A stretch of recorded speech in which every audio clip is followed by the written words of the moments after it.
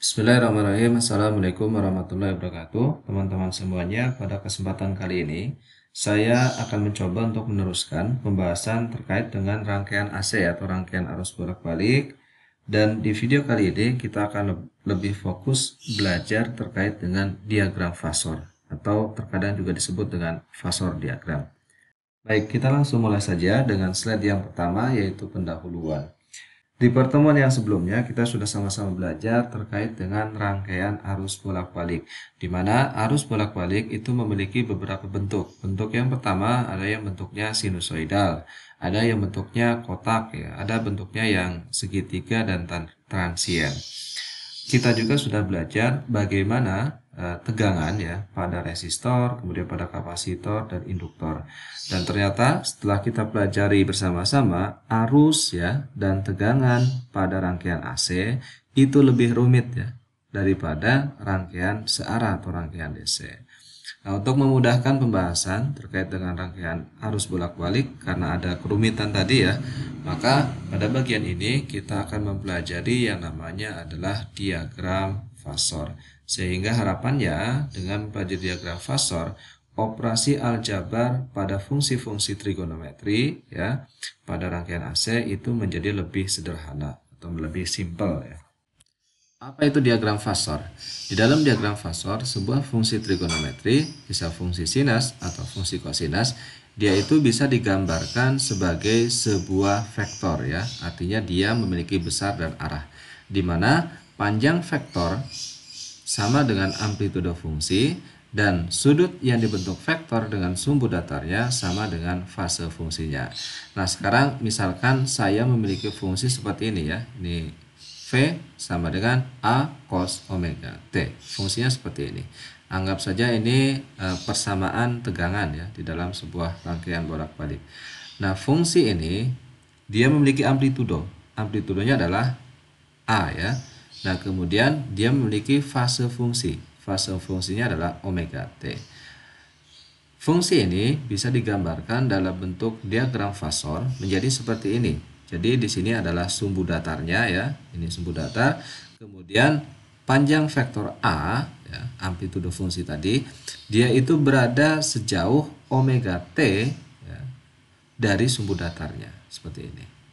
Nah, ini adalah contoh diagram fasor untuk fungsi V sama dengan A cos omega T. Jadi caranya cukup simpel, teman-teman tinggal mencari tahu amplitudo fungsinya yang mana, kemudian fase fungsinya yang mana. Baru setelah itu digambar dalam bentuk diagram fasor.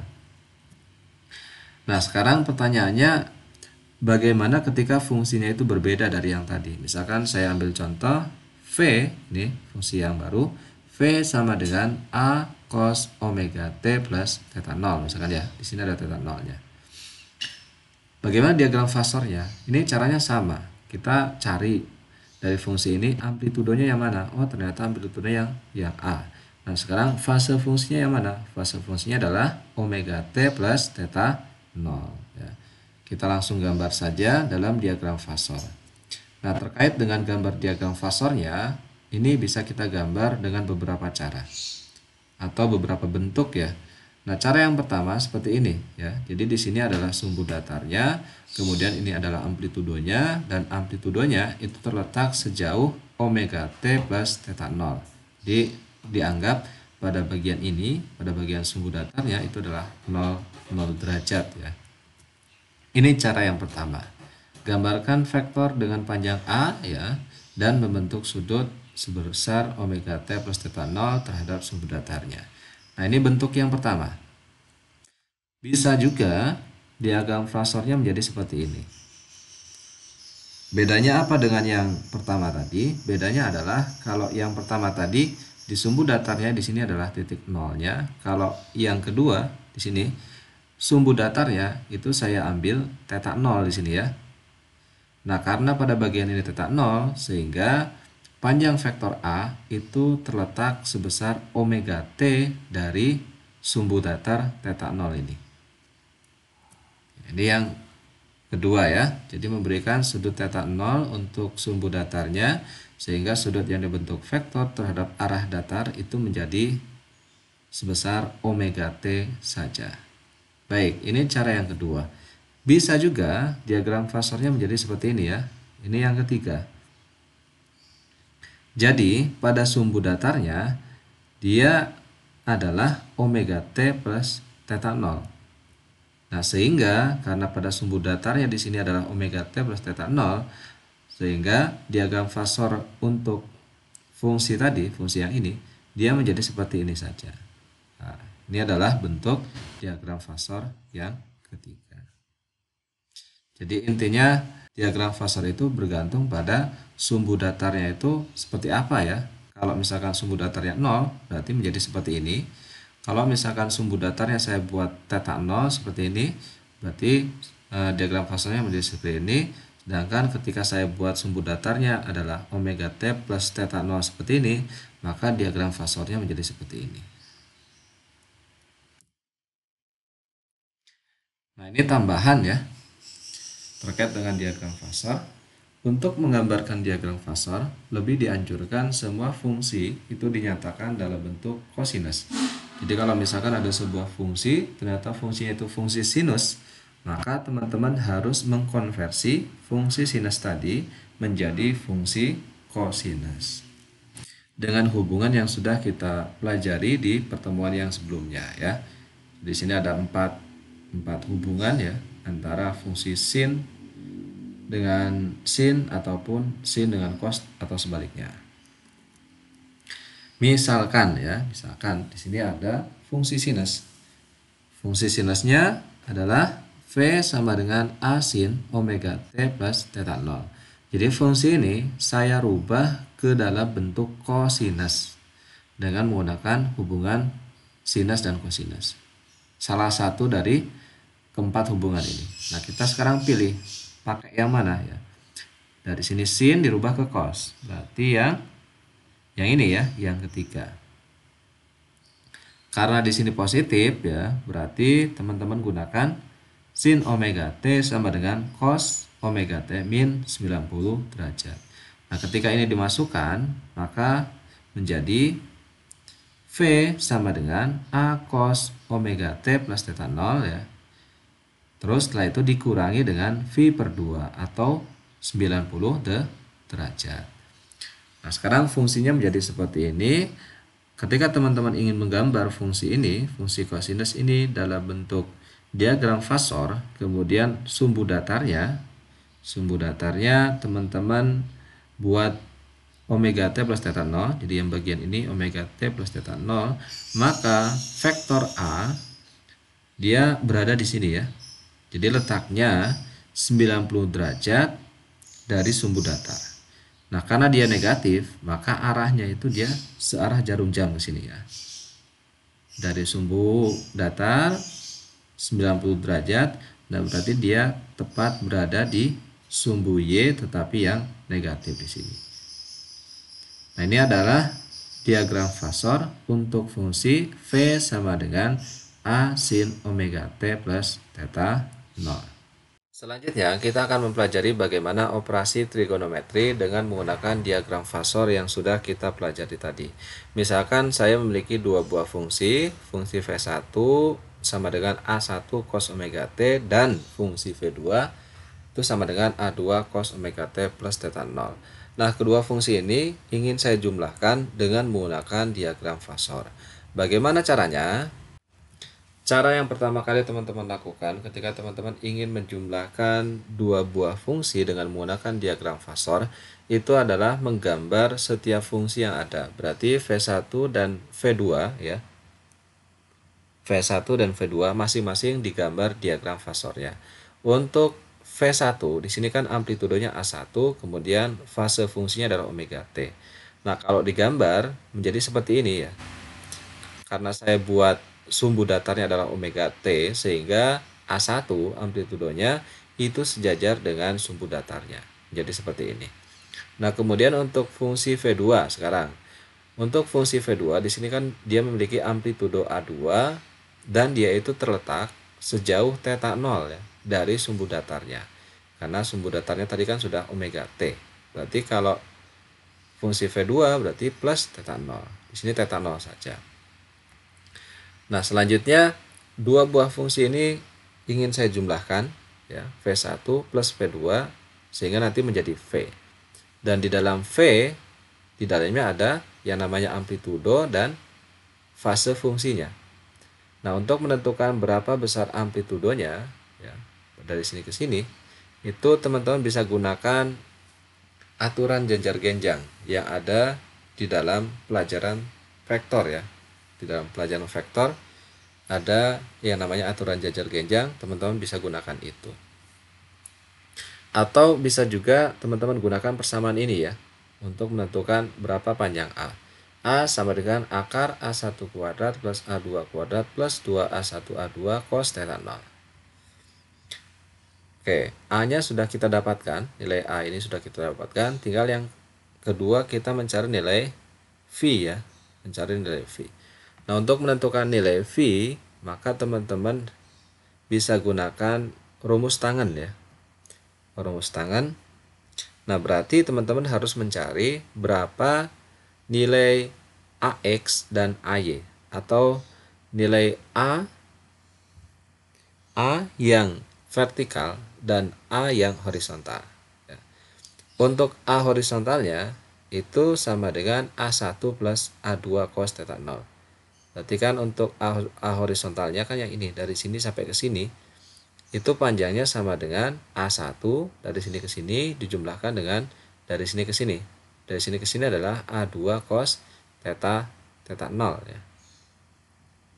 Sehingga AH-nya sama dengan A1 plus A2 cos theta 0. Nah, kemudian yang selanjutnya adalah A yang vertikal atau AV itu sama dengan A2 sin theta 0. Dari sini ke sini adalah A2 sin theta 0.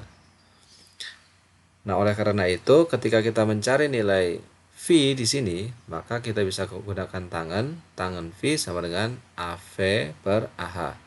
A vertikal dibagi dengan A horizontal sama dengan A2 sin theta 0 per A1 plus A2 cos theta 0.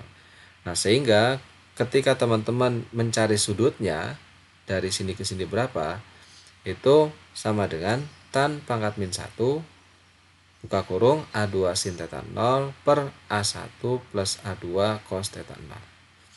Nah, ini adalah persamaan untuk menentukan fase fungsinya, ya.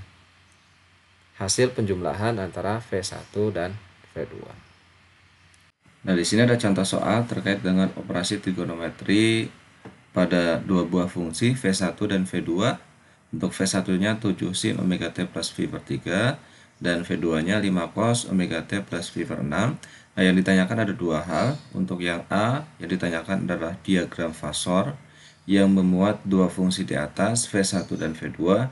Kemudian yang B, yang ditanyakan adalah persamaan untuk fungsi V, ya, sebagai jumlahan dari V1 plus V2. Oke, sekarang kita bahas yang pertama terlebih dahulu, ya. Yang A. Yang A dulu. Jawab. Yang A. Yang ditanyakan adalah diagram fasor yang memuat dua fungsi di atas. Nah, tadi di slide yang sebelumnya sudah saya sampaikan bahwa ketika teman-teman menggambar diagram fasor, maka pastikan fungsi yang digambar itu dalam bentuk kosinus, ya. Direkomendasikan dalam bentuk kosinus.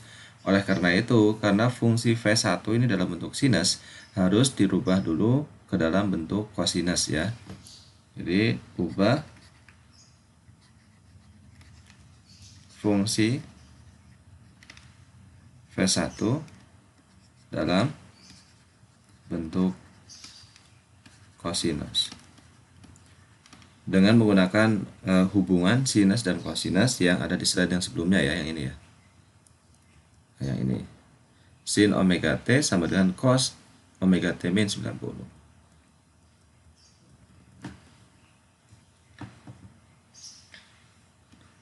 Jadi tadi kan sin omega T itu nilainya akan sama dengan cos omega T min 90 atau sama dengan V per 2.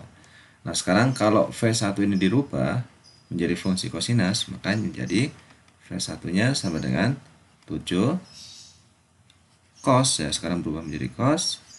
Di sini omega T plus V per 3 baru setelah itu dikurangi dengan V per 2.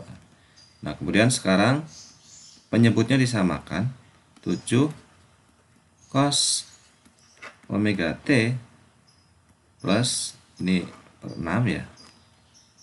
6 dibagi 3 berarti 2V dikurangi dengan 3V seperti ini. Sehingga V1-nya itu sama dengan 7 cos omega T 2 dikurangi 3 berarti min 1 ya, atau min V. Min V per 6. Baik, ini adalah fungsi V1 setelah dia itu diubah ke dalam bentuk kosinus. Nah, sekarang kita langsung gambar saja diagram fasornya ya, karena ditanyakan adalah diagram fasornya. Nah, oke. Nah, sekarang kita tentukan sumbu datarnya terlebih dahulu. Nah, untuk memudahkan, saya buat sumbu datarnya yang ini ya, omega T min V per 6. Agar apa? Agar amplitudo untuk fungsi V1 nanti sejajar dengan sumbu datarnya. Jadi yang ini saya buat omega T min V per 6, seperti itu ya. Nah, dari sini ke sini, misalkan ini adalah nilai amplitudo fungsi yang pertama, nilainya adalah 7 ya, yang ini. Oke, ini adalah diagram fasor untuk fungsi yang pertama. Nah, sekarang tinggal fungsi yang kedua. Di sini kan amplitudonya 5 ya. Amplitudonya 5. Nah, ini berarti A2 itu sama dengan 5. Nah, sekarang tinggal sudutnya berapa di sini? Sudut theta 0-nya ya. Tadi simbolnya ada theta 0. Yang ini theta 0-nya berapa? Ini masih belum tahu ya. Sudut antara fungsi yang pertama dan fungsi yang kedua.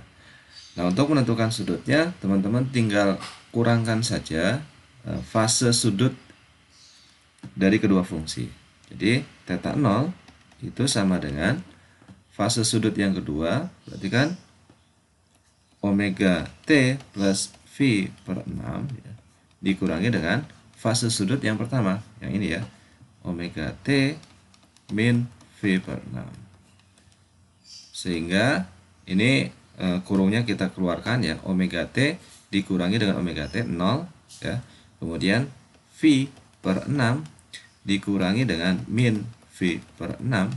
Ini nanti hasilnya adalah 2V per 6, atau kalau disederhanakan menjadi 2 per 6 itu kan sama dengan sepertiga V. Baik, jadi sudut di sini ini adalah sepertiga V. Nah, ini adalah diagram fasor untuk dua fungsi V1 dan V2. Ini jawaban yang A. Nah, sekarang kita akan memasuki pembahasan yang kedua ya, yang B. Yang B di sini. Yang B yang ditanyakan adalah persamaan untuk fungsi V sama dengan V1 plus V2. Jadi ketika fungsi V1 dijumlahkan dengan V2, nanti berapa nilai V-nya ya? Nah, di dalam V ini kan ada dua variabel. Yang pertama itu adalah amplitudo, kemudian yang kedua itu adalah sudut ya, sudut fasanya. Nah, kalau misalkan ini digambar, saya buat di slide yang selanjutnya saja.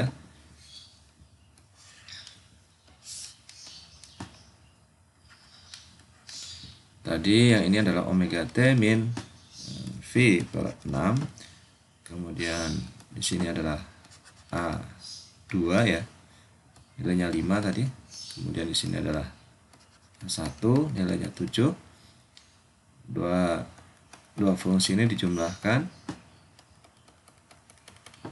Kemudian dicarikan nilai A dan nilai V. Nah, ini adalah nilai A-nya panjangnya dari sini sampai ke sini, dan nilai V adalah dari sumbu datar ke sini.